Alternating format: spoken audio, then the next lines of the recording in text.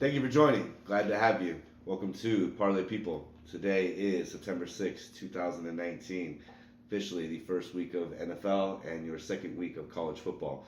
If you're like me, you definitely love to put a little wager or at least have some fantasy football teams on the side. So, probably a very exciting time. Being that you're not a kid anymore, if you're watching this, it's not like Christmases or birthdays are too exciting. So, this is definitely the most exciting time of the year when it comes to people like us that love our football. Just going to jump right into it. Today's topics are going to be the NFL, NCAA football, and even the MLB playoffs. I'd like to also go over what to watch and what to keep your eye on this weekend, including also the bets that I would suggest you put your money on if you are a wagering man like myself.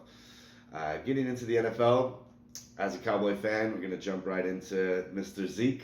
Definitely the greatest running back so far in the league. You could say Gurley, you could say Freeman, you could say whoever you want to say. But Zeke is bar none. Numbers don't lie. Pay the man his money. Jerry Jones luckily made up the same difference in the stock market when he paid Zeke and guaranteed money. So, Cowboys always making moves. That's why they're the best franchise in America.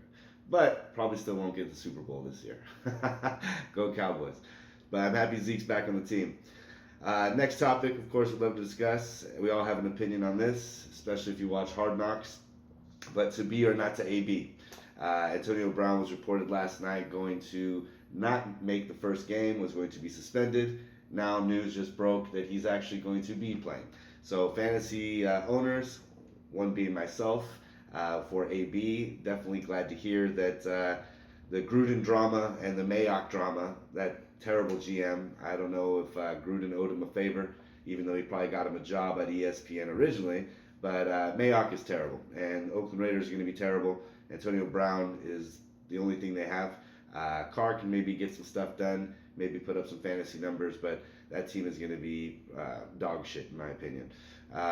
Also, with the AB drama, I think he's going to get some numbers. They drafted some good young defense, but the Raiders are a sinking disaster. And last time I checked, you name one team that's really had a true successful year being on Hard Knocks. Another discussion just came in. Hill, wide receiver for Kansas City, signed a 3-year, $54 million extension. I don't know if you remember, but Tyreek had some off-season drama, beating his kids or his wife or whoever it was, beating up a lot of people. Surprised to see the timing of this extension. I think the Chiefs are going to have a great year. I think he's a great player. But I wonder how much guaranteed money or certain clauses are written in that contract based on behavior, knowing how the NFL structures their agreements. Going to the next topic, last night's game. If you were waiting 7 months like we all were for the NFL season to start, you were definitely now waiting till Sunday. Last night's game was a disaster. Teams totaling only combined 29 first downs, 5 for 27 from third down conversions, as well as they couldn't even combine for 100 rushing yards. Aaron Rodgers, of course, is a stud, looking great. Trubisky is Trubisky. Nothing too impressive. You have 48 passing attempts, and you can't even, muster up 300 yards. The Bears got some issues to address. But their defense looked great. Got to give it up still to the Packers defense. They definitely came to play. I forgot which individual it was, but someone on their secondary said, we knew we'd win the game as long as Trubisky was playing quarterback. So it shows you right there. The secondary was ready. They shut him down. But still, when both teams can't even combine for 260 yards, you're looking at something that is just a punt fest. And definitely, Jim Rome put it best. It was a punt, pass, and kick contest, and all we saw was just punting all day. 17 punts combined for four quarters of play.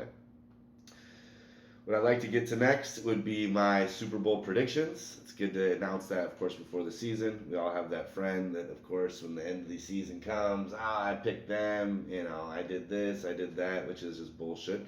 But hey, we all have that friend, and we all love that friend. Here's my predictions. We have the New England Patriots. What's new? I think versus the Philadelphia Eagles.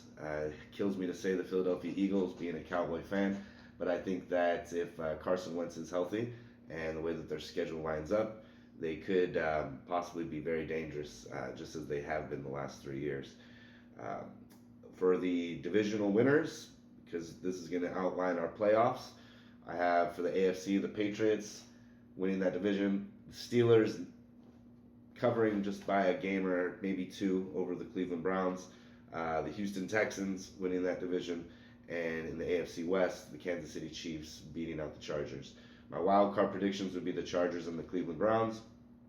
Moving to the NFC, I have Dallas Cowboys winning the division, even though I have, yes, Philadelphia in the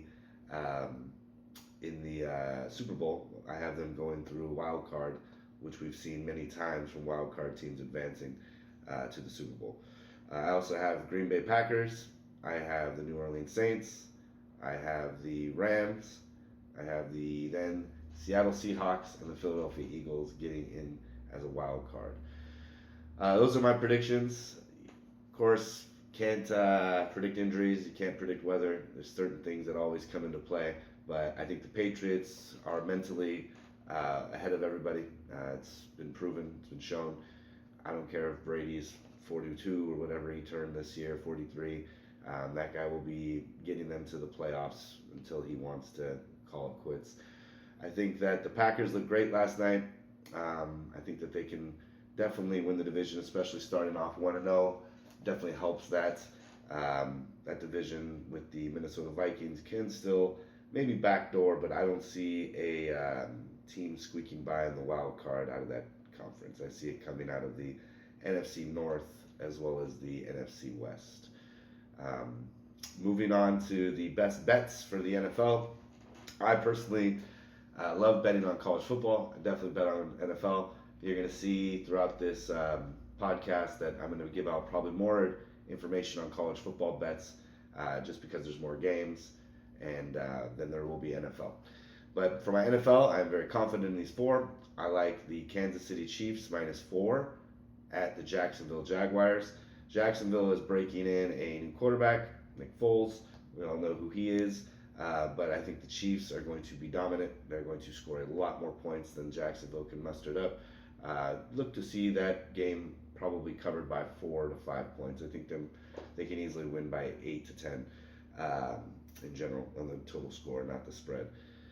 The Rams, I like -2.5 at the Carolina Panthers. Cam Newton's banged up. Yes, they have Christian McCaffrey. McCaffrey is a stud. I have him probably in every single fantasy league as well that I'm in. And I think that they are going to produce some numbers, but the Rams, I think, get that rust off them. Definitely the way they ended last season. Nobody wants to start off with that kind of performance again. Look for some adjustments. Look for them to be the Rams that they were last year in dominating Carolina Panthers. I do also like the Atlanta Falcons +4 at the Minnesota Vikings. I kind of like that also over. I think there's going to be a lot of points in that. I think currently right now Vegas has it at 47, maybe 46.5 points. I would probably jump on that as well. But I think Atlanta can definitely maybe even squeak by a win. I like the 4 and look for a shootout in that one with, I think, the winner probably eclipsing 30 points. When it comes to just picking straight up winners, I'll give you my picks for the week. I like the Rams over Carolina, which I just mentioned, the Browns over the Titans, the Chiefs over Jacksonville, Baltimore over Miami, Atlanta over Minnesota, Jets over the Bills, Philadelphia over the Redskins, the Chargers over Indianapolis Colts. We all know with Luck leaving, I think the Chargers can squeak one by. We'll see if the Colts bring more fans than the Chargers, being that the Chargers seem to be playing away games 16 games a year. And that's going to continue. We also have the Seattle Seahawks over Cincinnati Bengals. The Cardinals with their number 1 pick, Kyler, I think get the win over the Detroit Lions. The Lions are a mess. Their coach, could maybe have a better year than he did last year, but it all comes from Stafford. But as mentioned, the Lions, I think, are back to, not producing like they did for many, many years and many years to come. I like the Tampa Bay Bucks at home versus the San Francisco 49ers. I think it's going to be a very close game. But I think Bruce Arians gets his first win as a coach over there in Tampa Bay. I like the Dallas Cowboys over the Giants. The Patriots at home versus Pittsburgh on Sunday Night Football. Then we have also the Saints on Monday Night Football at home versus the Texans. I like the Saints. And then the Denver Broncos at Oakland Raiders. I like Denver. That wraps up the NFL. If you haven't got a fantasy football team, you might as well not. The season has started. But definitely, I wish you luck on your season. And of course, we'll be going over that information as the months go on. Our next topic of discussion will be NCAA football. Week 2, you got to see a preview last week. I personally went 20-8. Very happy with those numbers. Another company that charges for bets called PointWise, who I follow and do respect and take their input, but after my own picks, went 16-14. As mentioned, they charge. This is, of course, free as of now. So definitely take advantage of these free winners because I'm beating the experts and I plan on keep doing that. With the record of 28, my over-unders went 7-5. Not the greatest. Had some stuff, of course, not falling my place. A lot of weather issues, but still no excuses. 7-5. I followed that up, though, with 13-3 when it comes to the spreads. So overall, 20-8. Here are my top picks of the week.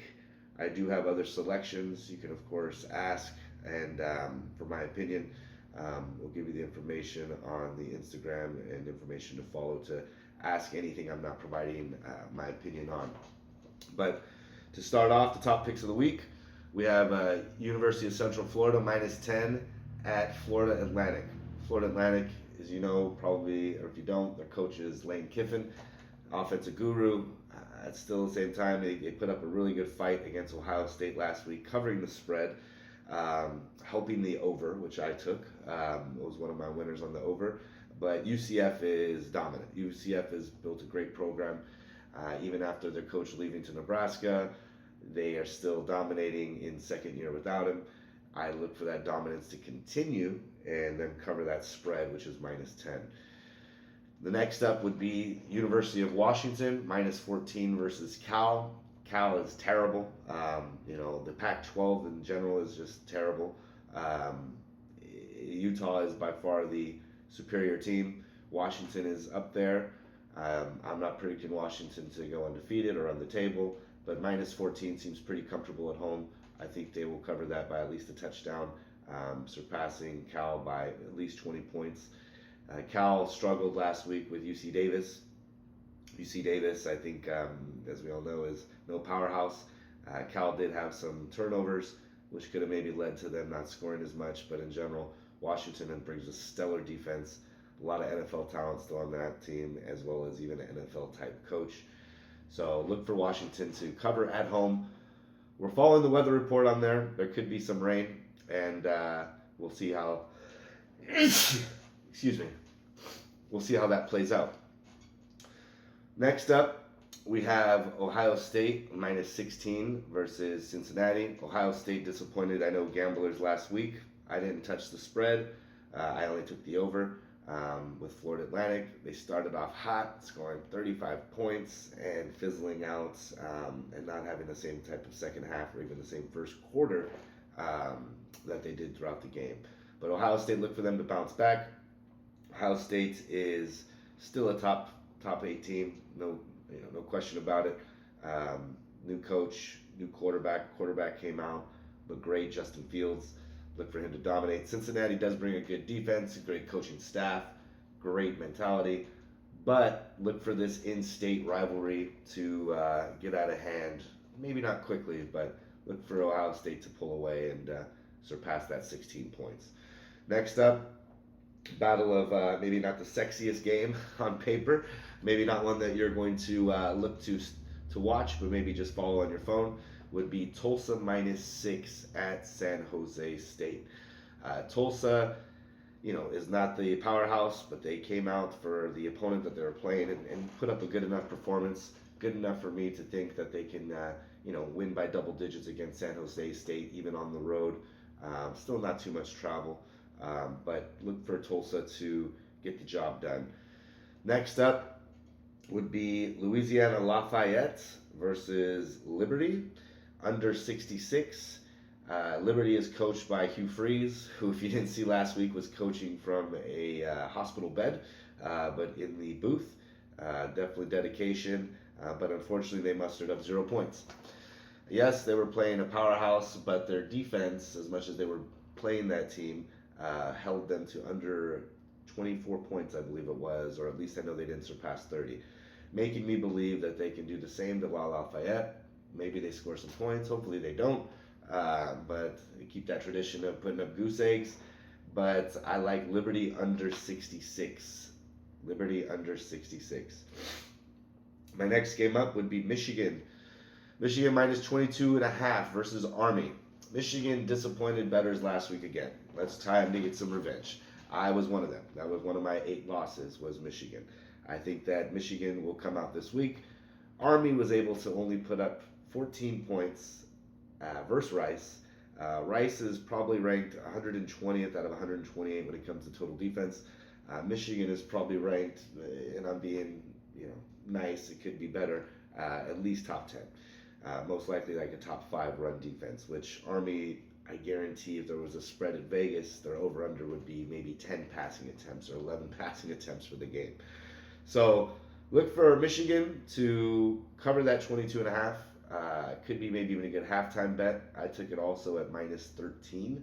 I also took, I forgot to mention, Ohio State halftime as well. And I also took UCF halftime as well as Tulsa. So look for those to maybe be some good halftime bets for you to jump on as well. Those are always fun. The next up, following Michigan, Michigan gets the job done. They pull away. Look for them to put up some points. And Army, they should maybe get 10. I think 10 points would be good maybe, but Michigan will be closer to 40. We are moving on now. Ohio State versus Cincinnati. The line has not changed much. It's actually gone down, so people are really betting the under. I like to go against the public sometimes. So I'm going to take Ohio State over 54 versus Cincinnati. I think Cincinnati will not provide, half, 27 points, which would be half. I think that they're going to be a lot lower, but look, being that I'm considering Ohio State to cover the 16, look to Ohio State to really, bring the bulk of that 54 points, or I should say 55, to put us over the edge. Next up is tonight, Boise State versus Marshall over 56. Marshall is a great offensive team. Boise State, if you saw last week, shocked the world as well as a lot of bettors, being down 18 points, coming back to beat Florida State at Florida State. Great win. They've always done it, always shocked the world. Let's look for them to put up some points on the blue turf. Also, hopefully Marshall can put up some points as well, being that Boise State gave up 31 last week to a Florida State offense that is improved, but I think Marshall could definitely help out the 56. Boise State, does their part. Both teams get the job done. Let's get over 56. Also tonight, just to throw it out there to, put another game out there tonight so you don't have to wait till tomorrow. I like Wake Forest minus 18 at Rice. As mentioned, Rice did hold Army to 14 points. Wake is not just an exclusive running team. Wake has a lot of offense that they can mix in. Good quarterback. And they looking to, I think, kick some ass, especially against a Rice team that only put up 7 points. Look for Wake to cover the 18. Maybe it's not going to be in the first quarter or two, but look for Wake to eventually pull away and definitely win by 20 plus. My next game up would be Washington versus Cal over 43. The line has pretty much stayed as is. I thought it was going to move up. Get it now before it maybe does, or if you're thinking that there's going to be defense, of course, maybe just avoid this game in general. I do like Washington minus 14. I think that they can score. Definitely at home they'll put up points, which they've always have, but don't look for Cal to really help too much on this over-under, but I think it still gets the job done. Discussing another game we already mentioned, Michigan versus Army over 46. I think that, again, Michigan being minus 22.5, they're going to put up points. Army will score on Michigan. I don't see a shutout happening. 46 is definitely obtainable for a Michigan team that really needs to show some power and some offense if they're going to get the respect of the voters and try and backdoor spot into the Final Four. Next game up would be Illinois versus UConn under 60. Illinois has a great defense, great defensive mind with Lovie Smith. They had a great game versus Akron last week. I believe it was 42-3. Not a lot of points they gave up. They did put up a lot. UConn, on the other hand, played another Division II team, somebody not worth mentioning. Only scored 24, gave up only 14. Look for UConn to really be held under 20, and Illinois to still probably score 30 plus, but hopefully keep it where UConn is not helping any cause that 60 points, holding it under 60. Next game up, Penn State versus Buffalo over 54. If Penn State plays as good as they did last week, there'll be no problem with them scoring 79 points against Idaho. Of course, Idaho is no powerhouse, and giving up 79 points, though, to anybody in college football is impressive for any offense. Buffalo, on the other hand, is not either that great. They could easily score, though, I think, on Penn State getting some points. But look for Penn State to bring a majority of the 54, but I think that does go over. Next game up, Iowa minus 20 versus Rutgers. Rutgers last week was down 21 points to UMass. They were a 14-point favorite. Shows you the type of team Rutgers is. Very unpredictable. I think Iowa slaps them around, beats them up, doesn't cover right away, but eventually pulls away and probably wins by 25 points, covering that 20 very easily at home, which they're a very good team at home. A lot of great momentum they bring, and a lot of great tradition from that Iowa team. My upset alerts. These are teams that I think the spread is definitely a very fair spread for the team, being that both are home. I think that they both could probably win this game outright. Look for Colorado plus 4.5 versus Nebraska. I called it last week. I wish could tell you then, but South Alabama came in. The spread was way too high. South Alabama was hanging in there, slapping Nebraska around at Nebraska. I also bet the under very large on that and paid off very good. So I'm not sold on Nebraska. The coach is great, former UCF coach, but I am not sold on Nebraska. The quarterback's great. Brother was there before, the Martinez brothers, but I'm not sold. I think Colorado's a great team at home. They scored 50-plus points last week. They gave up 31. Maybe like the over in this, but it's rising. I'm not touching it. Just kind of throwing it out there for those that want another mix to the game. But I do like the 4.5. Next game up in Austin, Texas, one of my favorite towns. Great football town, great people, great everything there. Texas plus 6.5 versus LSU. Now, if this was at a neutral site, I would understand the 6.5, even if it was a Jerry's World in Dallas or wherever it may be. But 6.5 in Austin, Texas, versus a Texas team that some are predicting that could win and really make a push for the Big 12. 6.5 is a lot of points. I like the 6.5. I do also would maybe say throw a money line on it just to see the payout. I think would be very nice, and especially them winning at home is not a reach in my opinion. That will be the conclusion of NCAA football. I definitely have more to give. As mentioned, if you have some questions or some other games, definitely you can email us or send us a message, and we'll go from there. Moving on to the baseball fans. We're not going to talk much about baseball, but I do follow baseball. I also do gamble on baseball here and there. Of course, you can give some insight on that. But the playoff picture as it stands, currently the Yankees have a half-game lead as the number one seed in the AL over the Houston Astros. The Twins are followed by third. Those are your divisional winners. And followed by, for the wild card race, we have the Tampa Bay Devil Rays, the Oakland Athletics. Cleveland Indians are one game out of that position, as you know, the MLB, which they switched, I believe, about probably about 5 years ago now, where there's a play-in game for the wild card. So the Rays and Oakland would play a one single elimination game. Right now, Cleveland is one game out of that, playing in that game and competing, knocking off the Oakland Rays or the Oakland Athletics or the Tampa Bay Devil Rays.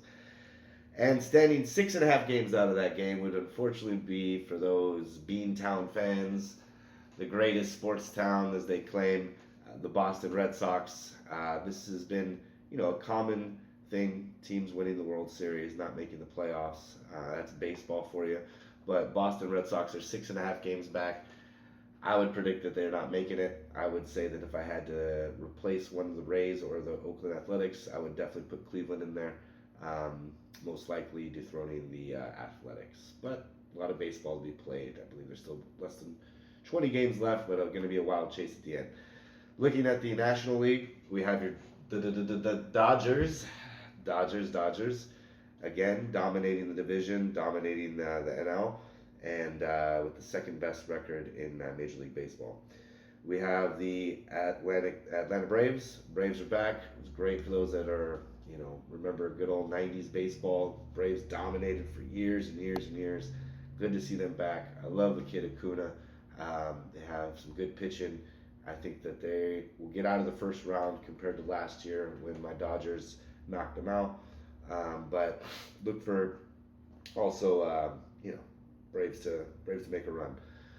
I also the playing team in third place in the NL would be the Cardinals, holding a very slim lead over the Chicago Cubs, which leads to the NL wild card, which is currently the Nationals, the Cubs, followed by then in the playoff game would be the D-backs -3.5, the overpriced Philadelphia Phillies -4, and the biggest choke artists always, who are somehow always picked to win the division, which I don't find how it is, but everybody loves New York, the Mets, who are 5 games out, who I would guarantee are not making the playoffs.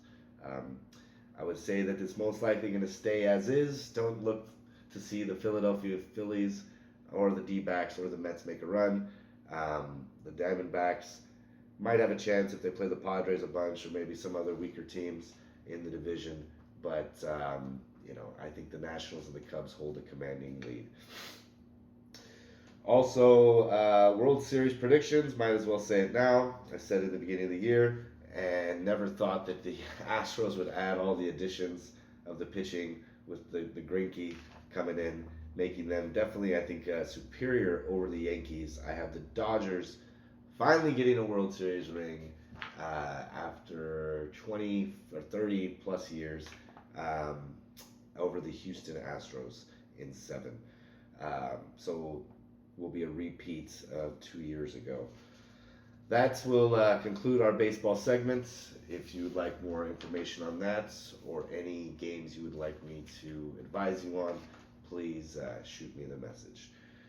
What to watch? This is always a fun topic to go over. Weekend, I don't know about you. I do have some things to attend to, but I am trying to be in front of a couch and many TVs as possible. Studying, getting the best insight, but also enjoying all the sports that the world has to offer. Tonight we have Boise State, who as mentioned was -12 versus Marshall at 6 o'clock. Look for an offensive performance. Beautiful field, the blue turf. That will be on ESPN2. For my baseball fans, we have the Red Sox and Yankees weekend series. Look for that to be going on all the way till Sunday. Look to see Red Sox maybe pull out some wins and make a run for the wild card. Also for the soccer fans, we have United States versus Mexico. That will be in New Jersey. That game is at 5:30 p.m. and looking forward to see how that game goes. It is a friendly, but always fun to see Mexico versus United States in a soccer match. For Saturday, we have the defending champions, Clemson versus Texas A&M. We got Jimbo versus Dabo. That game is minus 17.5 with an over of 64. I don't know if it will reach 64. I believe that they could cover the 17.5, but definitely look for probably a competitive game very early with then Texas A&M maybe fizzling out. But you never know. It would be great to see an upset. Another game to watch, being that there's a lot of lopsided spreads this week, a lot of games that are just going to be flat out beatings. Look to a game that's going to be a close when it comes to the experts predicting the spread, but also just my own personal opinion. Nebraska versus Colorado at Colorado, an old rivalry renewed. Last year, this game was 33-28. As mentioned, I do think that Colorado getting 4.5 is way too favorable, way too generous. I don't know what the experts are seeing, but everybody's been drinking that Nebraska Kool-Aid. But good luck choking on that. Next up, at 4 p.m., these are all Pacific times I'm mentioning, UCF at Florida Atlantic. That was, as I mentioned earlier, one of my top bets, minus 10. I'm saying because that's going to be a great game. Look for a very good offensive team that might get the respect this year if they run the table and maybe get into that as an at-large. But who knows? UCF, though, will get the job done. 4 p.m. again. This is another game that you're probably not looking to be too excited about, but one to definitely maybe bet the over on. Look to have a lot of fun with this game. It's going to be a shootout. SMU, this is an in-state rivalry. SMU versus North Texas. The experts are predicting 72.5 points. Get your popcorn. Don't get up. You might miss some touchdowns. 4:30, LSU at Texas. Mentioned that game as well. Great programs, great tradition. Definitely two teams that produce some extreme NFL talent over the years. Look for some head clashing, some beat down, some guys getting injured. It's going to be an ugly game and a physical game when it comes to the ugliness. We also have, let's see, the magic continues. Mac Brown, as you know, he's back. Former Texas coach. He shocked the world last week, beating South Carolina, pulling off a little dance, crying. Great story. Look for the magic maybe to continue. I'm not betting this game, but maybe you should. I'm not going to give an opinion, but I'll tell you, I'll still be watching it in prime time, 5 p.m., North Carolina versus the Miami U. Two great teams, great programs, and let's see what we get there. For my late nighters, this is definitely going to be me. I know I'll be watching this game. Hawaii versus Oregon State, starting at 9 p.m., 7 p.m. Hawaii time. Might be 6. I'm sorry if I'm wrong on that. But still, Hawaii versus Oregon State over 79 is what the experts are predicting. Last week, if you watched, Oregon State gave up 50+ versus Oklahoma State, while Hawaii also beat the hell out of Arizona at home, which was a double-digit dog. I took that, didn't take the money line, but took the points, loved it. Looking again to probably ride Hawaii, maybe minus that 6, and maybe for fun, take the over 79. We also have, moving on to other sports, we do cover all as mentioned. Look to Khabib versus Poirier. Experts in Vegas have Khabib minus 450. Maybe not something you want to bet on. The payout's not really much, but look for Khabib to lay down the beat down most likely.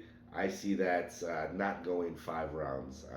Look for Khabib in second or third round. For the early goers, 5:30 a.m.